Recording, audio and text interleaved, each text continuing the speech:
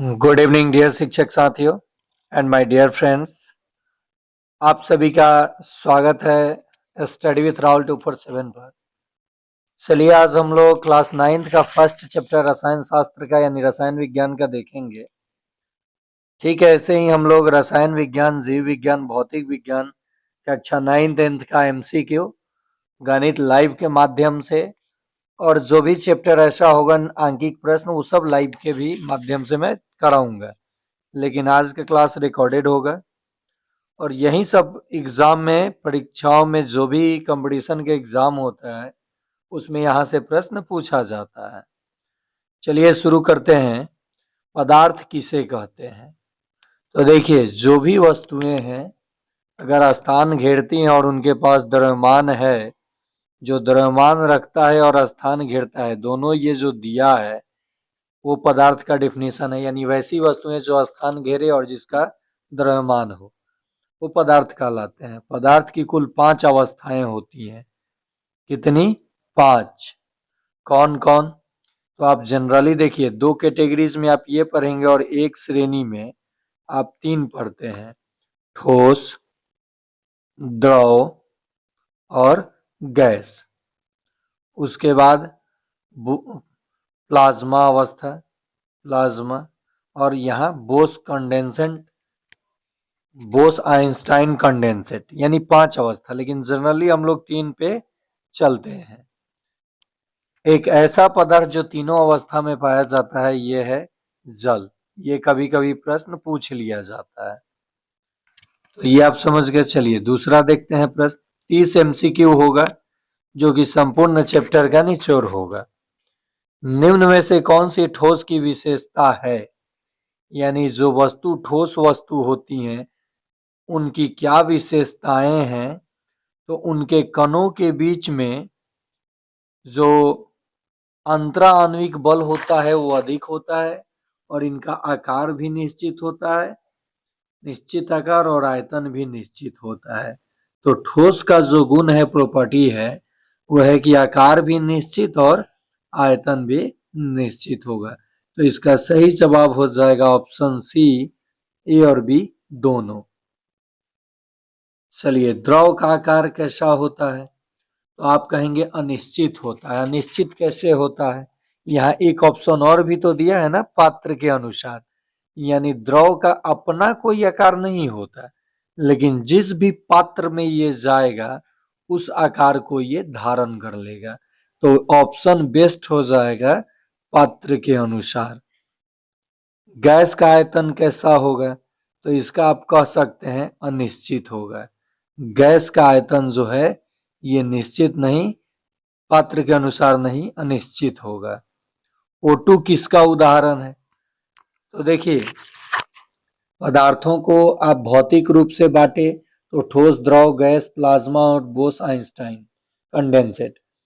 अब अगर रसायन शास्त्र की दुनिया में देखा जाए तो पदार्थ को 2 वर्गों में, शुद्ध पदार्थ और अशुद्ध पदार्थ। अशुद्ध, ठीक है। अब शुद्ध पदार्थ में आ जाएगा तत्व और यौगिक। तत्व और यौगिक, तो ये कक्षा 10th का जब मैं आपको रसायन शास्त्र पढ़ाऊंगा तो क्लियर कर दूंगा। या इसमें भी बहुत सारी चीजें आपको मैं, एलिमेंट्स एंड कंपाउंड, ये शुद्ध होते हैं और अशुद्ध जो होते हैं वो मिक्सर होते हैं। और मिक्सर भी 2 प्रकार के, समांग और विषमांग। तो O2 किसका उदाहरण है? तो ऑक्सीजन के 2 अणु मिले हैं, इसलिए ये यौगिक का उदाहरण हो जाएगा। किसका? यौगिक का। बात करूं वायु का, हवा का, तो ये मिश्रण का उदाहरण हो जाएगा। किसका? मिश्रण का। अब देखिए, इसमें यौगिक, मिश्रण, तत्व, विलयन सबका उदाहरण दिया गया है। दो या अधिक तत्व रासायनिक रूप से मिलकर क्या बनाते हैं? तो अभी मान लीजिए मैंने हाइड्रोजन और प्लस क्लोरीन, तो ये हाइड्रोजन क्लोराइड बना लिए, जो कि मानव के पेट में पाया जाने वाला यौगिक है, यानी अम्ल, हाइड्रोक्लोरिक अम्ल है। ये प्रश्न सक्षमता में आया था कि कौन सा यौगिक मनुष्य के पेट में पाया जाता है? तो आप कहेंगे HCl, हाइड्रोक्लोरिक एसिड। तो 2 या 2 से अधिक तत्व जब आपस में रासायनिक अभिक्रिया से संयोग करते हैं तो जो नया भिन्न गुण वाला पदार्थ बनता है उसको हम लोग यौगिक के नाम से जानते हैं और ये शुद्ध होता है। और जब ये आपस में अभिक्रिया करते हैं तो इनका जो द्रव्यमान का रेशियो होता है H+O2 ये जो द्रव्यमान का रेशियो होगा इनका समान होगा। यानी ये देखिए हाइड्रोजन के एक अणु और ऑक्सीजन के 2 अणु।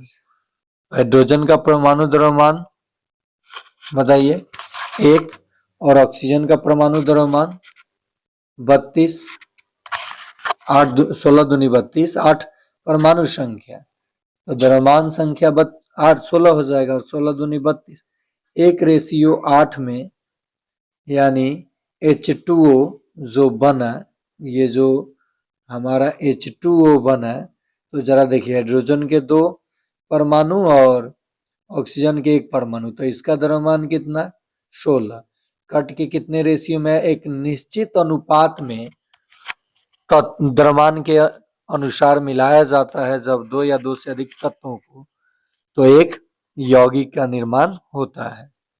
नमक का पानी किस प्रकार का मिश्रण है तो देखिए मिश्रण भी 2 प्रकार का होता है। एक होता है समांग मिश्रण जिसे आप सजातीय मिश्रण भी कह सकते हैं और एक होता है विषमांग मिश्रण ये स होगा सजातीय और विजातीय। तो नमक छुप जाता है पूरे जल के कणों में तो ये सजातीय मिश्रण हो जाएगा। रेत और पानी का मिश्रण तो रेत दिखाई देगा ये विजातीय मिश्रण होगा। बात की जाए चीनी और पानी का मिश्रण तो ये भी सजातीय होगा यानी समांग मिश्रण। शुद्ध पदार्थ में कितने प्रकार के कण होते हैं तो शुद्ध पदार्थ में एक ही प्रकार के कण होते हैं। धातु अधातु उपधातु किसके प्रकार हैं तो ये तत्वों के प्रकार है। तत्व को 3 श्रेणी में बांटा गया है। तत्वों को धातु अधातु और उपधातु ठीक है। चलिए आगे देखते हैं धातु अधातु और उपधातु किसके प्रकार हैं तो तत्वों के रिपीट किया है। हवा किस प्रकार का मिश्रण है तो हवा विजातीय मिश्रण है। चीनी किसका उदाहरण है तो चीनी ठोस तत्व यौगिक मिश्रण या गैस। तो शुगर जो होता है चीनी जैसे ग्लूकोज हो गया तो ये चीनी यौगिक का उदाहरण है। किसका उदाहरण है यौगिक का C6H12O6 ग्लूकोज हुआ तो C6H12O22 चीनी हो जाएगा। नीचे दिए में से कौन सा यौगिक है बोला है तो यहाँ देखिए H2O यौगिक है लेकिन यहाँ अणु है। यहाँ देखिए एक प्रश्न मैं आपको बताया थोड़ा सा यहाँ मुझे डाउट हुआ चलिए अब ला करके देख लेते हैं। ये O2 किसका उदाहरण है मिश्रण तत्व विलयन या यौगिक तो O2 है ये यौगिक होना चाहिए। और यहाँ भी जो आपको उदाहरण दिया गया है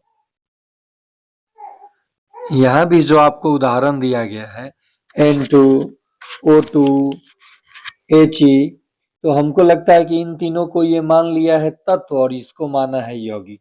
लेकिन यहाँ थोड़ा सस्पेंशन स्टार मार्क कर लीजिएगा आप लोग। कौन सी अवस्था में कण सबसे अधिक दूर होते हैं तो गैसीय अवस्था में इसके कण एक दूसरे से काफी दूर होते हैं। पदार्थ की किस अवस्था में कण सबसे अधिक व्यवस्थित होते हैं तो ठोस अवस्था में यानी कण बिल्कुल एक दूसरे के समीप होते हैं इसलिए इनका आकार निश्चित होता है। दूध किस प्रकार का मिश्रण है तो दूध जो है ये सजातीय मिश्रण है। निम्न में से कौन सा शुद्ध पदार्थ नहीं है सोना ऑक्सीजन हवा पानी तो हवा मिश्रण है जो कि शुद्ध नहीं है और ये सब जो है ये यौगिक है H2O तो शुद्ध है। सोना AU गोल्ड है तो ये भी शुद्ध है तत्व है और उसमें भी धातु है, तत्व शुद्ध होते हैं। ऑक्सीजन तो ये भी शुद्ध है क्योंकि तत्व है, तत्व और यौगिक शुद्ध पदार्थ होते हैं। सोडियम क्लोराइड क्या है? तो यह एक यौगिक है, सोडियम और क्लोरीन के संयोग से बना है और इसी को हम लोग कहते हैं साधारण नमक। क्या कहते हैं? साधारण नमक। पीतल किसका उदाहरण है? तो देखिए इसका ट्रिक, पिताजी, पिताजी तांबा और जस्ता का, याद रखिएगा पिताजी वर्ड, पीतल, तांबा और जस्ता का। तो पीतल किस प्रकार का? तो ये मिश्र धातु, किसका मिश्र धातु? तो पिताजी, तांबा और जस्ता का। कणों के बीच आकर्षण बल सबसे कम किसमें होता है? तो गैस में होता है। कमरे में फैली सुगंध किस गुण को दर्शाता है? तो ये प्रसरण को, डिफ्यूजन को दर्शाता है। प्रसरण के कारण ही अगरबत्ती का जो सुगंध है एक कमरे से दूसरे कमरे में, या आप परफ्यूम लगाते हैं तो इसमें एक वर्ड मिला ऊर्ध्वपातन, इसे जानना हम लोगों को जरूरी है। जब कोई ठोस पदार्थ बिना गर्म करने पर, क्या करने पर? गर्म करने पर बिना द्रव में बदले डायरेक्ट गैस में बदल जाए तो वो कहलाता है सब्लिमेशन यानी ऊर्ध्वपातन। जैसे कपूर को आप जलाते हैं तो गैस बनते हुए कभी देखे हैं? सीधे द्रव बनते हुए सीधे गैस में परिणत हो जाता है। वाष्पन आप समझ रहे हैं, जल का वाष्पन होता है। संघनन, वर्षा जो होता है। प्लाज्मा किससे बनता है? तो आयन और इलेक्ट्रॉन से प्लाज्मा बनता है। सूरज में कौन सी अवस्था होती है? ठोस, द्रव, गैस या प्लाज्मा अवस्था? तो यहाँ पे प्लाज्मा अवस्था होती है।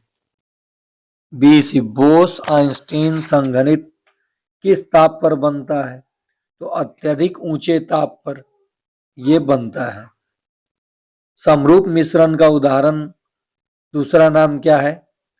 तो ये प्रयुक्त मिश्रण। क्या नाम है दूसरा? प्रयुक्त मिश्रण। निम्न में से कौन सा भौतिक परिवर्तन है? तो देखिए भौतिक परिवर्तन में जब कोई पदार्थ दूसरे रूप में बदल जाता है तो पुनः अपने ओरिजिनल फॉर्म में नहीं आता है। जैसे दूध से दही बनना, लकड़ी का जलना, पेपर का जलना, भोजन का पचना, ये सब रासायनिक परिवर्तन है। और भौतिक परिवर्तन पुनः ओरिजिनल फॉर्म में आ जाए तो ये काट दिए, लोहे पे जंग लगना रासायनिक परिवर्तन है, दहन भी रासायनिक परिवर्तन है। जल का वाष्प में बदलना है और फिर ये जल बन जाएगा। तत्वों का सबसे सरल रूप क्या है? तो तत्वों का सबसे छोटा रूप कहा गया था कि परमाणु है, लेकिन परमाणु का भी छोटा रूप आ गया, इलेक्ट्रॉन, प्रोटॉन, न्यूट्रॉन। परमाणु को किसने सबसे पहले, परमाणु खोज किसने की, नाम आता है तो John Dalton. Electron J Thomson, याद रखिएगा। Proton ईंटपग Goldstein. ईंटपग नाच चैडविक, जेम्स चैडविक, न्यूट्रॉन की खोज। आगे देखते हैं, मिश्रण को अलग करना किस परिवर्तन का उदाहरण है? तो मिश्रण को अलग करना अपरिवर्तनीय, रासायनिक परिवर्तन, भौतिक परिवर्तन या अस्थायी परिवर्तन? तो ये भौतिक परिवर्तन। आगे, निम्न में से कौन सा युग्म सही नहीं है? ठोस निश्चित आकार बिल्कुल सही है। द्रव निश्चित आयतन, द्रव। गैस निश्चित आकार नहीं। गैस कण, कौन सा युग्म सही नहीं है कहा है? गैस कण दूर, तो ये तो सही है। ठोस निश्चित आकार, ये भी सही है।